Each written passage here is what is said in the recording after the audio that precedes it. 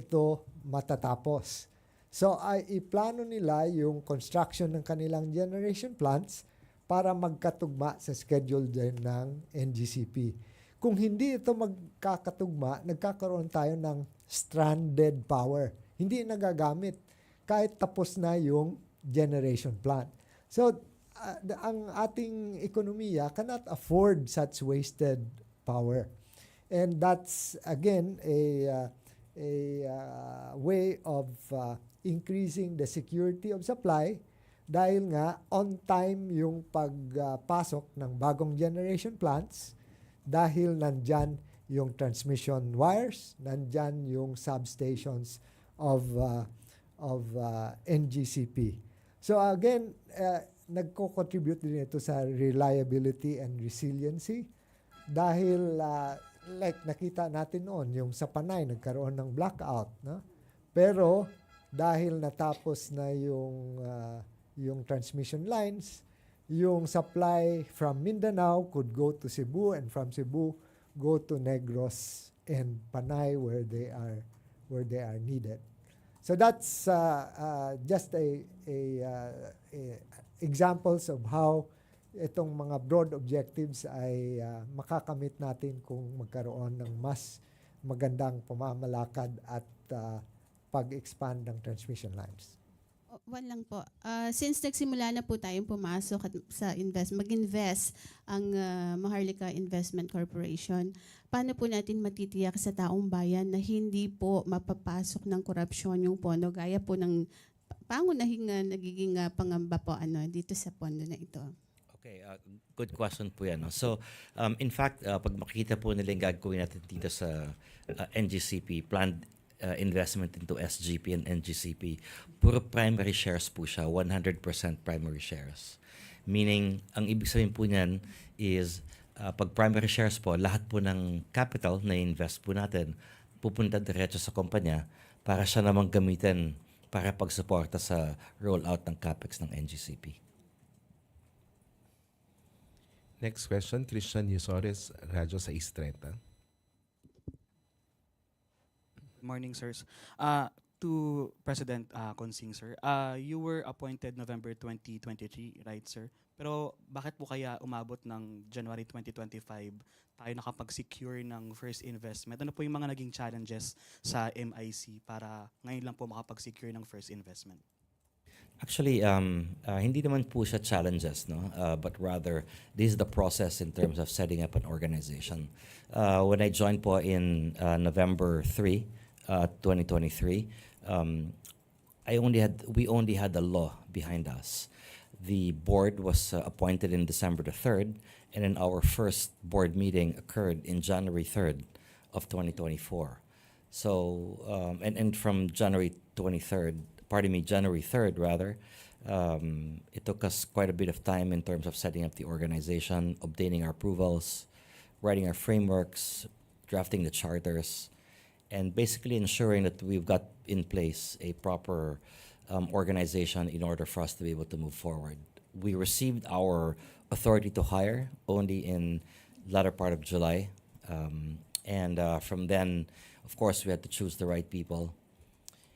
And once we've identified also our investment, it took time for us to undertake due diligence, our preliminary due diligence, for example, in SGP and other projects that we will announce after SGP. So it takes a bit of time in terms of looking for and executing these investments. So I would not look at this as delayed, but rather it just takes really that much time to undertake investments.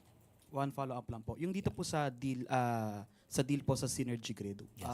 what made them say yes po sa naging offer natin to have 20% stake doon sa IEC? I believe that both parties saw a compelling benefit for having, in fact, the government, new capital coming in to help the rollout, and B, to have, in fact, someone like Maharlika or an institutional investor to basically work with them in again, achieving this rollout plans and vision of HGCP. So I think that makes a lot of sense for both.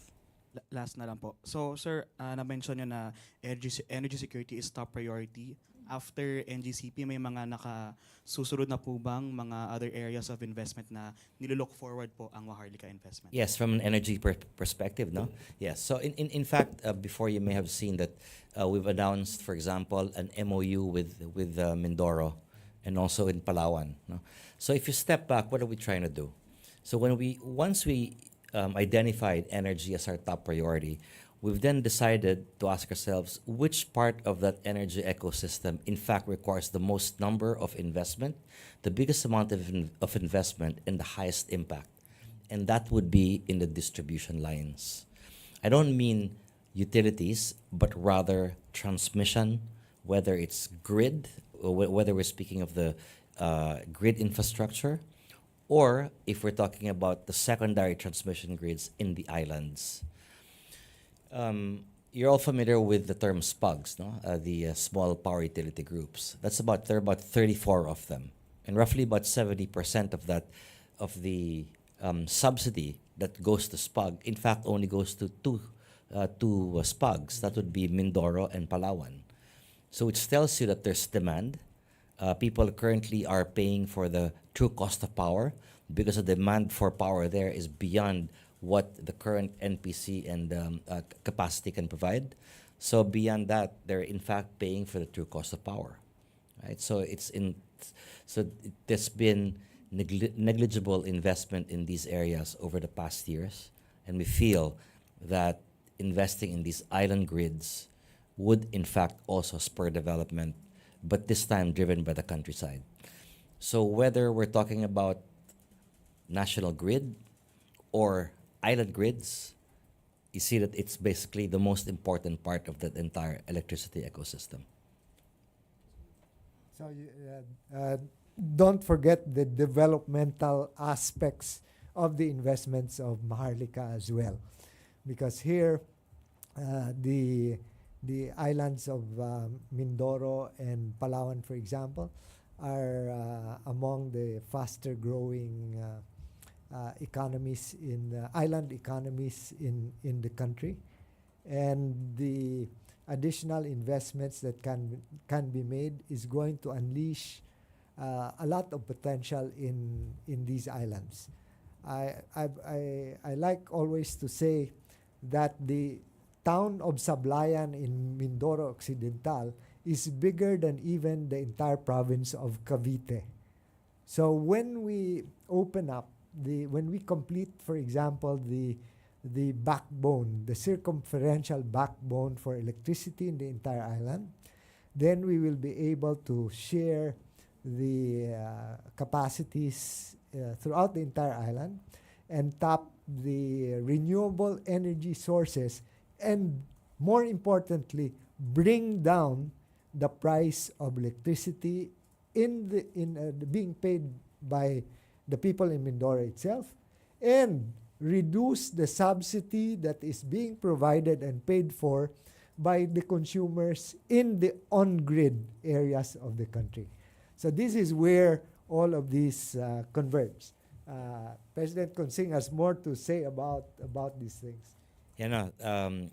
Basically just supporting the point being made by the Secretary. So hence, Mr. Secretary, if I may quote the study, the conclusion of the study that the DOE, the DOE conducted a study before wherein they determined the impact of electrification in the rural areas. And it was determined there that if you provide a poor family from 0 to 8 hours of electricity, it raises their propensity to generate income and expenditure of roughly about 14 to 15%. And if you raise that from 8 to 16 hours, it goes up by about a third. And if you raise that to 24 hours of electricity, it in fact rises by about 50%. So it tells you that power precedes progress. And that's what we want to be able to help catalyze and also enable in these particular two SPUG areas. Next question, Pia Gutierrez, ABS-CBN News. President Consing, sir. Sir, you were talking about due diligence. Did we consider before making the investment all the issues being faced by the NGCP right now, especially in Congress, particularly yung mga allegations of violations of their franchise, and especially with lawmakers even pushing the return of the control of the country's power grid to the government? Yes, so we've undertaken preliminary due diligence following the signing of or the acceptance of our offer. We will then undertake deeper due diligence. But that said, we are aware of all these issues, and we have considered that in our investment decision. I just would like to add briefly that in the country, the Philippines is unique in that it is Congress that grants franchises directly to public utilities. So that's the reason why we in the department are happy that Congress is taking an active role in discussions regarding the franchise not only of NGCP but of other public utilities in the energy sector as well, is because it raises the quality of discussions. And we are able to identify what are the things that we would need to do in order to help delivery on the part of the public utilities of their services to the public. So it's a continuing activity, and I am happy to hear the intelligent discussions that are going on. Questions are raised, but there are answers that are given, and we see this as a continuing healthy process to improve the overall performance of our public utilities, which are businesses affected with public interest. Secretary, do you see this investment as the push needed para maayos na yung mga franchise issues, especially with all the issues in Congress? Well, at the very least, for example, when Maharlika invests, then it will have a view of what's taking place within NGCP and help come up with informed decisions. So balancing the need for projects in order to spur development and the need also to have healthy returns, fair returns for the investor itself. So I think that it is good for government to have a presence there precisely to achieve that balance. Tuesday New, DZBB. Good morning, sirs.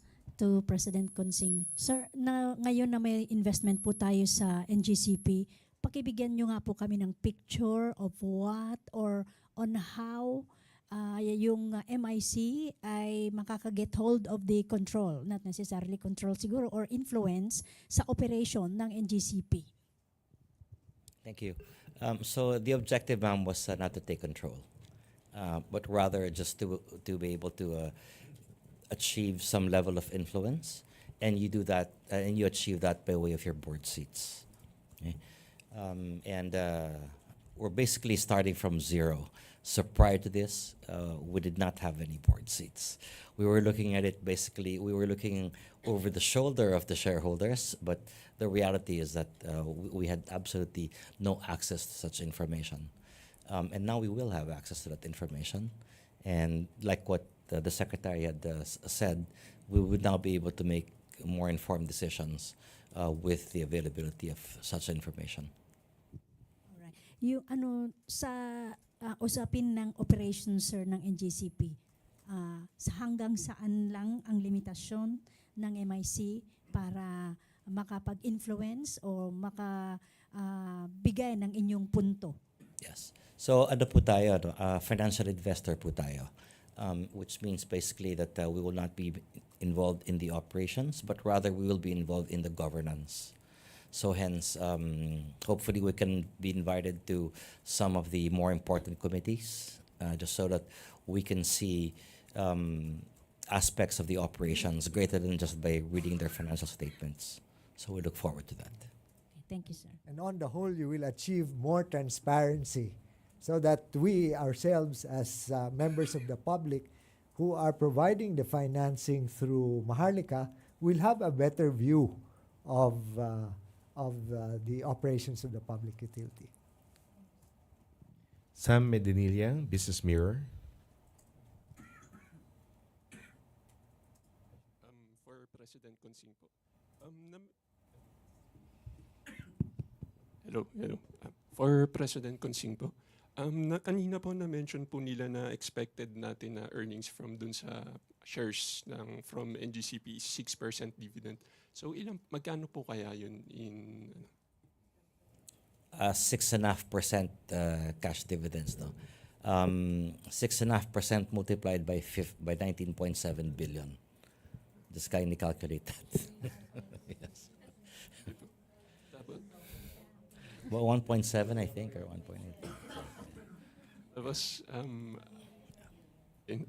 another question po, yung na-mention po nila na plano po ng MIC na mag-invest doon sa power generation sa Mindoro and Palawan. So meron na po kaya tayong idea kung magkano yung i-allocate natin for that? Actually, mag-invest po tayo dun sa transmission infrastructure ng Mindoro and Palawan. Hindi po sa generation. Ayun. Yes. So magkano po kaya yung We're still going through it now with NEA. So we're working po with NEA, NPC, Transco, and the LGUs. Tapos sir, yung i-connect ko lang rin po dun sa ongoing na mga congressional hearings regarding sa NGCP. Isa pong concern na na-raise doon yung alleged influence ng China doon sa operations. Bakit hindi po kinonsider ng MIC na i-secure yung 20% shares doon sa share ng SGCC? Bakit po sa SGB po tayo bumili ng shares? Actually, magandang tanong po yan. No? So, we have not spoken basically to the Chinese. We only saw this opportunity sa SGP level. Okay, we're not having any discussions with the Chinese, with China State Grid of China rather, at this point in time. So, no conversations are occurring with them. Pero is MIC interested in case na mag-acquire ng shares dun sa SGCC po?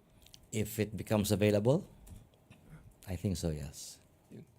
Tapos yung kay Sir Lotilla naman po, regarding po dun, may update na po kaya tayo regarding dun sa plan for nuclear energy. May statement po na nailabas yung DOE regarding sa plan to come out with an executive order for nuclear energy and yung sa parang plano na magkaroon rin ng legislation for nuclear energy. Isasama po kaya sa priority legislation ng Marcos administration itong nuclear? At saka may target date kaya kung kailan lalabas yung executive order for this?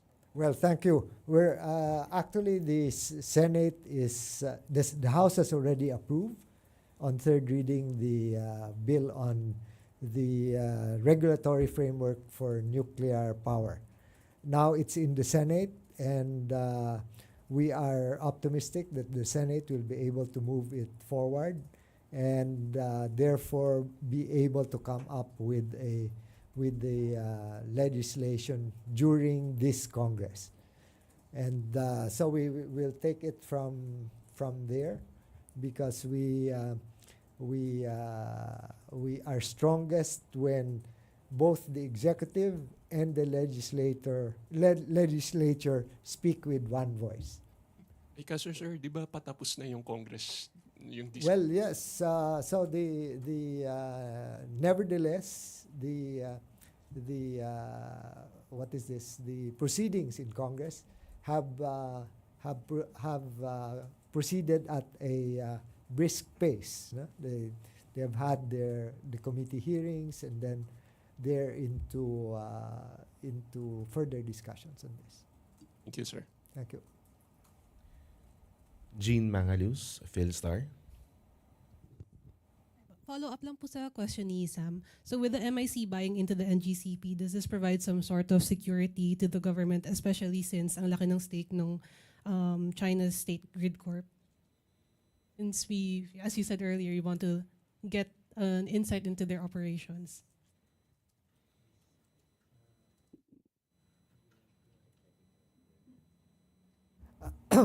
Well, as I've said, there will be greater transparency at least from the standpoint of government, and it will have a view of what the operations of NGCP. And if NGCP is stating that there is nothing to fear from the presence, then we'll be in a better position to confirm or affirm that. On the other hand, if there are other things that need to be strengthened, for example, the cybersecurity of the transmission lines of the country and the transmission facilities, then we would also be able to government will also be better able to contribute to addressing those issues.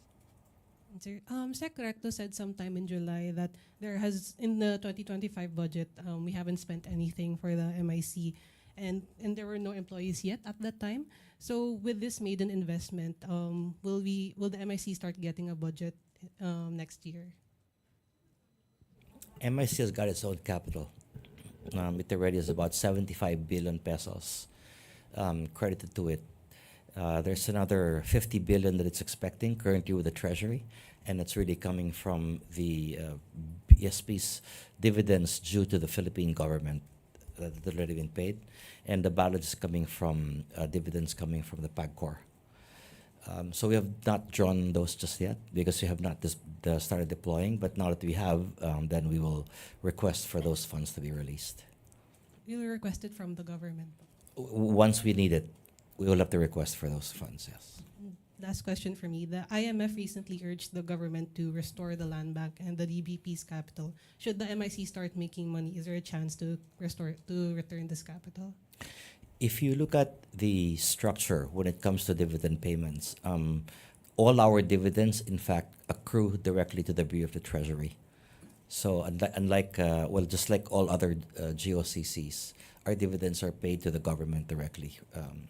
So hence, I don't see any relief coming from us, but rather they should be, if you look at these banks, they're currently under regulatory relief. So therefore, their Tier 1 capital has not in fact suffered because of the fact that they've got a 3-year regulatory reprieve.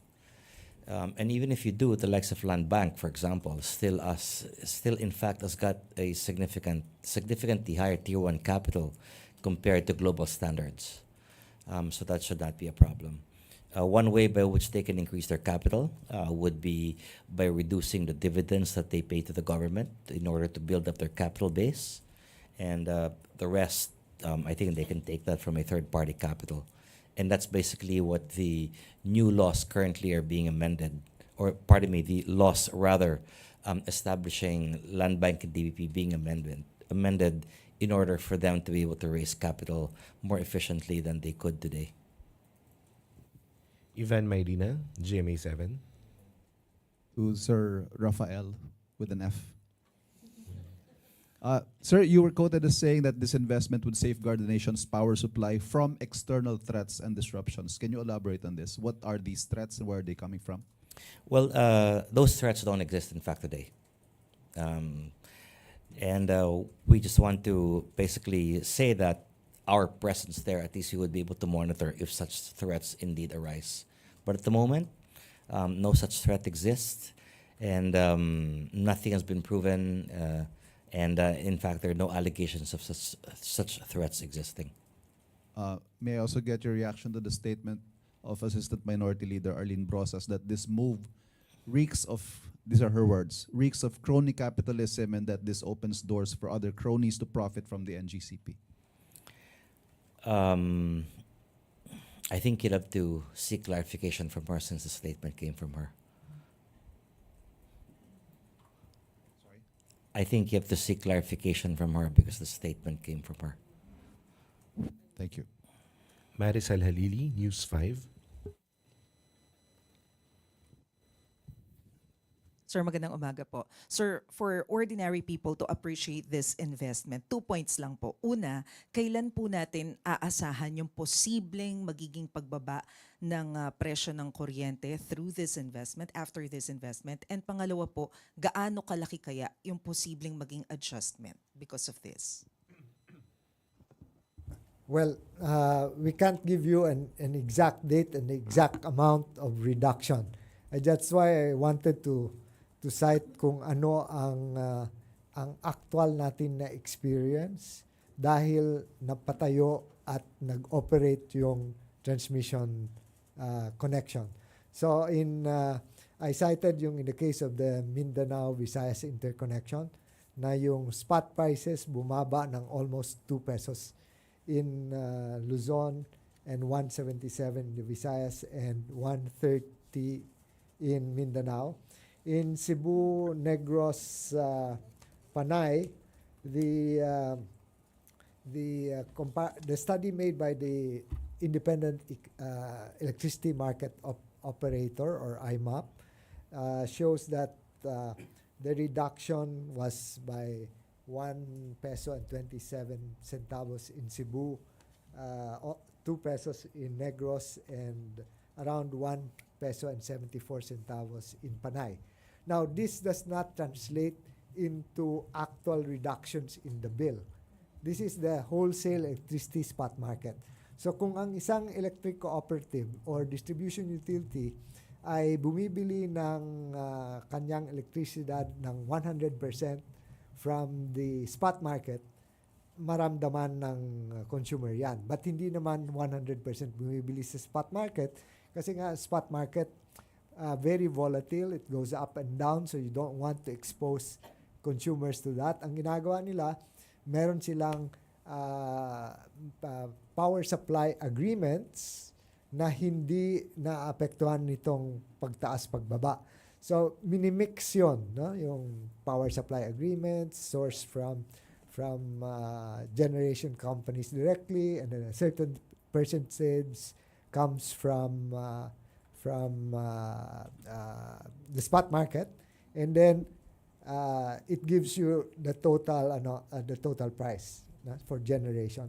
But what that means, however, is that in fact merong reduction na na-experience. It depends on where you are, what are the supply agreements that your distribution utility has entered into, and so on. No? So, but definitely the spot market prices, for example, for the what we call the competitive customers, yung mga customers na malalaking demand, was at was around 5 pesos something per kilowatt hour in the more recent days, no? So you compare that with the generation rates that the captive customers, yung mga hindi pwedeng pumili ng kanilang supply, medyo malaki yung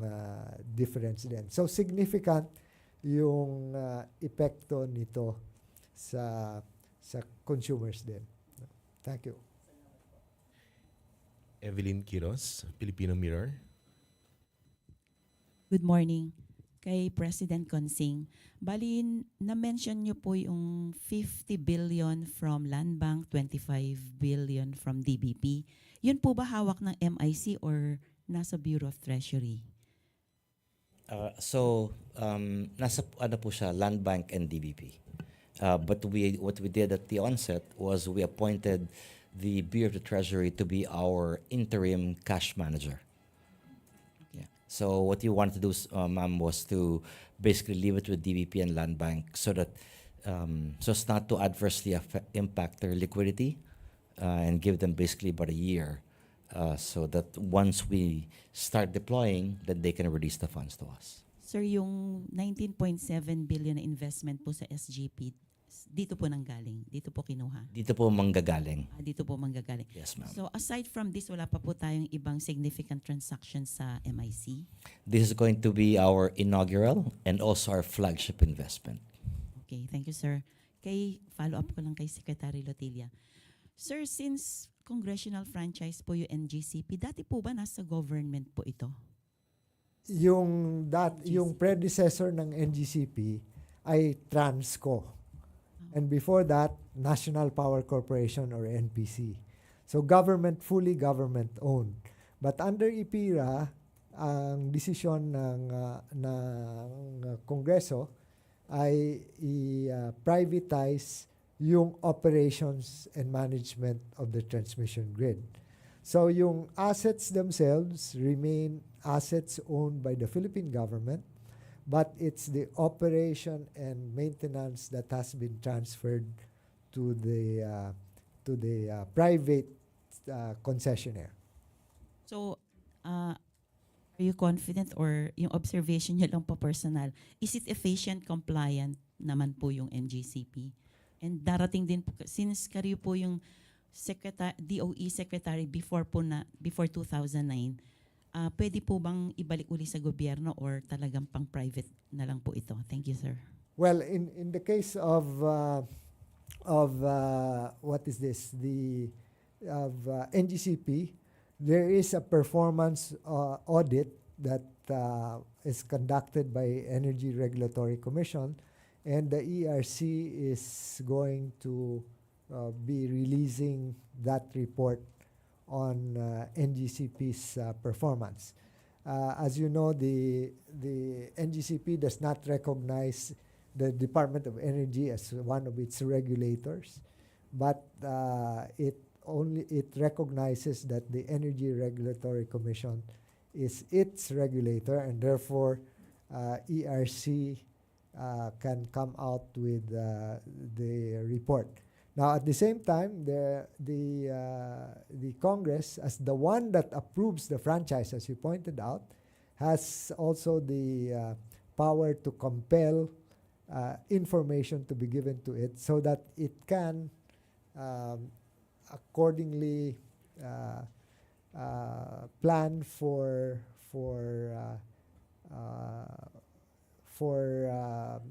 future actions on franchises in general, no? And on NGCP in particular. Thank you. Michelle Gilang, All TV.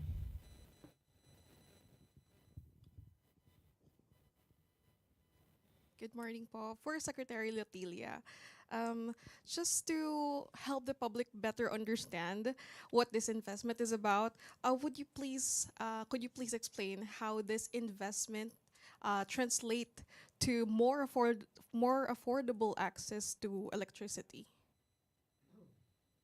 I try to explain that in terms of, thank you for that question. I try to explain that in terms of, okay, may shortage tayo sa isa ng generation. So we need to put up a generation plant. But the generation plant cannot contribute or supply power to its customers unless there are connecting lines from the generation plant to the customers.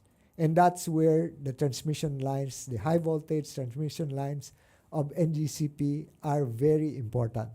Because without those lines, we cannot provide the power. Just to show, again, a bit of history. When this administration came into office in 2022, 600 megawatts of power in Bataan was stranded. Could not be brought to Metro Manila where we had a shortage because the transmission lines were not finished. And so, yun ang tinutukan ng ating gobyerno, ng administrasyon, upang matapos yun at makapag-benefit yung customers from the additional capacity. So this is really where we need everyone to come together. A second one is the NGCP as systems operator is the one that contracts what we call the ancillary services. Itong reserves, the ancillary reserves. And the ancillary reserves will have to be contracted by NGCP Now, in the past, we saw that while the grid code required a certain volume of reserves, these were not being contracted. And therefore, if there are imbalances in the system, in the power supply, yung reserba ay walang reserba na makapasok. So dapat the systems operator will also have to be responsible enough to contract the needed ancillary services for the system. So all of these together can contribute to bringing down the rates for the consumer. Marami kang supply, yung supply makarating sa mga nangangailangan at nawala na yung mga line constraints. No? Kasi kung may line constraints, ang linya ay maka-accommodate lamang ng a certain volume of power, and the demand is higher, then you're going to have experience higher rates. So all of these taken together would help reduce those. Thank you. Alvin Baltazar, Radyo Pilipinas.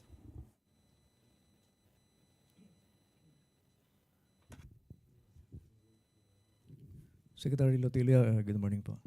Secretary, kanina nabanggit niyo doon sa nuclear energy, yung development doon. Kung sakasakali bang ma-pursue natin yung paggamit ng nuclear energy sa bansa, magkano yung matitipid sa kuryente ng ordinaryong taong bayan?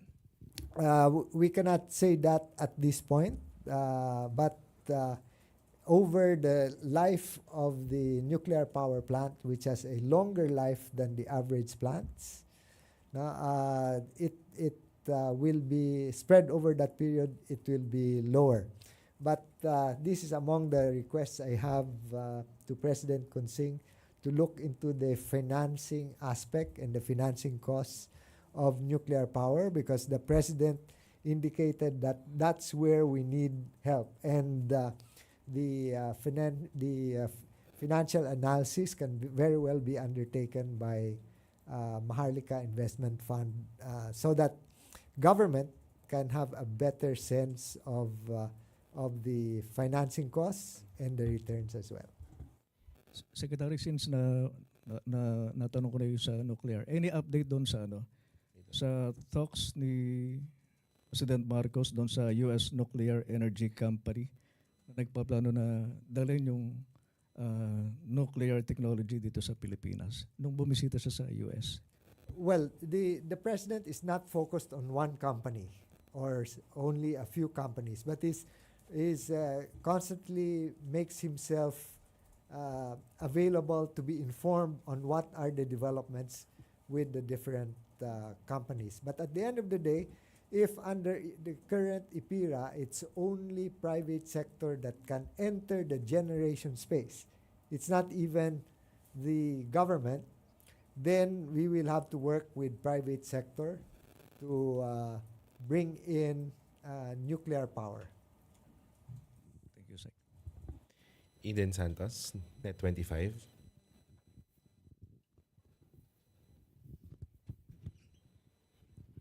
Follow-up lang to po sa tanong ni Kuya Alvin.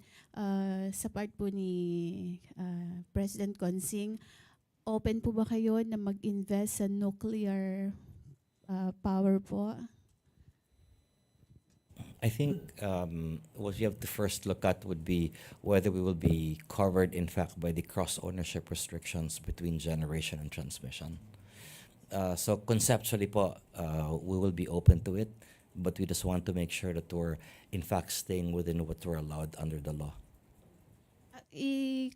Clarification lang po, dun sa ROI po, dito sa investment nyo na ito, meron po ba tayong target kung ilang taon at how much po yung kikitain natin from this investment?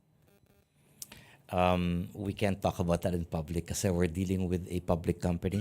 So everything that we say, we will be it'll be a price-sensitive data and information. Thank you. Thank you. Do we have more?